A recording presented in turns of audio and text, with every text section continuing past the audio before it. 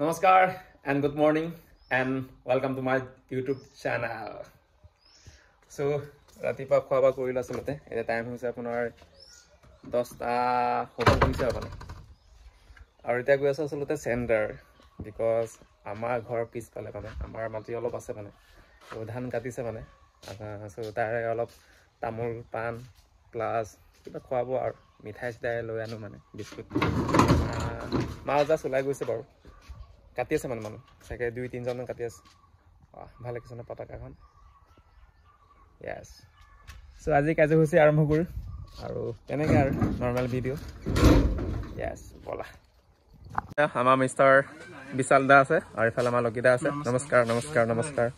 আৰু হেটো বিস্কুটৰ মাজতে আছলতে কিবা আছে লাও এই কিমান এটো লাও কিলো কিমান কিলো কয় এটো কিলো হিচাপে তো কোচন বাৰটো দোকানী হয় 50 টকা কিলো এটো কিমান এটো ক কিলো 50 টকা এটো না গুটাই গেলে কিমান এটো ক গুটাই গেলে কিমান এটো তো কিলো কে বেছি মানে গুটাই কে বেছি এটো কম এটো এটা কিমান এটা এটা 50 টকা মাই ওকে কিলো 50 টকা সো আপোনালোকে ৰেট কবচোন বাৰু পাৰ কিলো কিমান আমাৰ জামুগুৰিত বিশেষকৈ জামুগুৰিত সবতে নহয় অনলি বিশাল দাহঁতৰ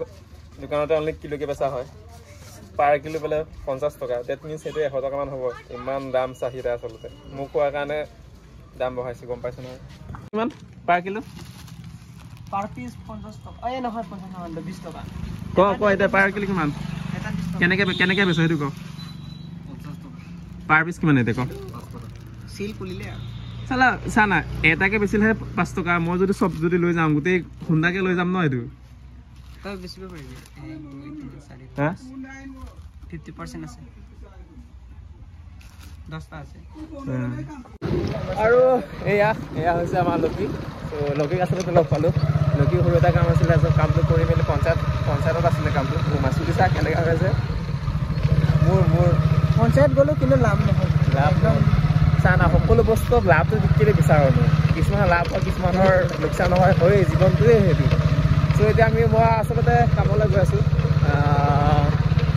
ডকুমেন্ট চেক কৰিব লাগে আচলতে সো আপোনালোকক কম বাৰু মানে ঘৰ পাম আৰু সেইকাৰণে কমকৈ বাৰু পিছত দেখিছেন নাই আইতা আৰু ককা আছে বোলে ঘৰত বাকী ঘৰ সব আপোনাৰ পথাৰলৈ গৈছে আইতা দেখিছা আইতা আপোনাৰ নগিনাপং শিকাই আছে মানে চেকাই আছে তাঁতৰ গান এই তাঁতৰ ভিতৰত আছে বোলে দেখিছে ইমান মৰম চেনে বাকী ঘৰত মানুহ নাই মানে সব পথাৰ গৈছে এই নগিনাপং চেকাই আছে আৰু ইয়া হৈছে আমাৰ পথাৰ আচলতে এইফালে এটা চিট আছে এক চিট আৰু এইফালে চিট তিনটা চিটতে আছে পুৰামান আছে আৰু এইফালে আমাৰ আইমনিহঁতে তিনিজনী দাৱনী কাটি আছে ভাত আছে চাগে মেবি দুপৰীয়া আহাৰ চাগে পথাৰতে খাব এইফালে আইমনিহঁত ধান কাটি আছে আৰু ধান এই বছৰ ভাল বাৰু ধান ভালেই এই বছৰ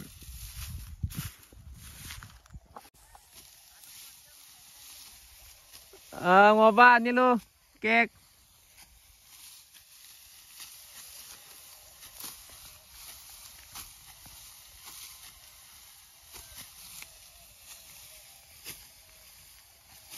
হয় এই প্লেসটো মানে পথাৰটো মানে অলপ বেলেগ মানে কাৰণ প্ৰতি বছৰ আচলতে বানপানী আহে বানপানী গম পাই আছে আমাৰ ঘৰৰ একদম ওচৰতে আমাৰ ঘৰৰ পৰা এৰাউণ্ড আমাৰ ঘৰ ইফালে আছে মানে আমাৰ ঘৰৰ পৰা এৰাউণ্ড মানে আপোনাৰ 20-25 মিটাৰ মান হ'ব তো বেলেগ খেতি কৰা হৈছিলে ভাওধান কৰা হৈছিলে কিন্তু বানপানী মাছ আচলতে মাৰি দিলে মানে বানপানী মান দুবাৰমান আহিলে চ' আৰু দুসপ্তাহমান আচলতে পুৰা পানী বহুত ওখ হৈছে ইমান মানুহ হৈছিলে বানপানী চ' সেইকাৰণে মানে মৰি গ'ল চ' তাৰ পিছত মানে এহতীয়াকৈ মানে একদম মানে জুলাই আগষ্ট মানত চাগে ৰোৱা হৈছে মাটিবোৰ নহয় সেইকাৰণে মানে ধানবোৰ অলপ মানে কিবা মানে অলপ ইমান মানে ভাল নাই হোৱা মানে কাৰণ সময়মতে ৰোৱা নহ'ল ন বানপানীৰ কাৰণে তেনেকুৱা হ'ল আচলতে দুবাৰমান ৰোৱা হৈছে মানে সেইকাৰণে ধানটো অলপ মানে কিবা নহ'লে এই 3টা চিটত আচলতে এপুৰামান আছে মানে ডেট মিন্স 4 বিঘামান আছে 4 বিঘা যদি মাটি যদি ক্লিয়াৰ হয় নহয় ভাল হয় ন একদম দুবছৰ কাৰণে হৈ যায় আৰু ইফালে ধান মানে নাই মানে একেবাৰে নাই মানে এই চিটটো আচলতে এই গছবোৰ আছে প্লাছ যিটো আপোনাৰ ৰোৱা হৈছিলে যেতিয়া ৰোৱা হৈছিলে তেতিয়া মানে পানী নাই মানে বৰষুণো কমিলেগৈ তেতিয়া মানে কাৰণ বানপানী তেতিয়া গুচি গ'লগৈ ন জুলাই পিছত আৰু আগষ্ট ওচৰা-ওচৰিকৈ ৰুইছে নেকি চাগে বহুত পিছতীয়াকৈ ৰুইছে চ' সেই চিটটোৰ মানে প্ৰায় ধান বেয়াই মানে এই তালৈকে বেয়া তাৰপৰা এই অকণমান এইফালে দ আছে এই দটো ভাল মানে চাওক ন ধান একেবাৰে নাই মানে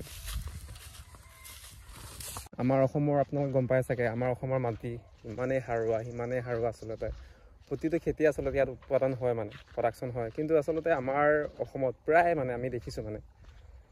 কি কয় আপোনাৰ 12 মাহত অনলি 3 মাহ খেতি কৰে এতিয়া আমাৰ মাটিবোৰ জাষ্ট 12 মাহত 3 মাহে খেতি কৰোঁ মানে ধান ৰুওঁ ইমানেই আৰু তাৰপৰা বাকী 9 মাহ এনেই পৰি থাকে মানে কিন্তু বেলেগ হোৱা হ'লে আপোনাৰ তাত আলু হয় কবিৰ হয় মানে চব ৰবি শস্য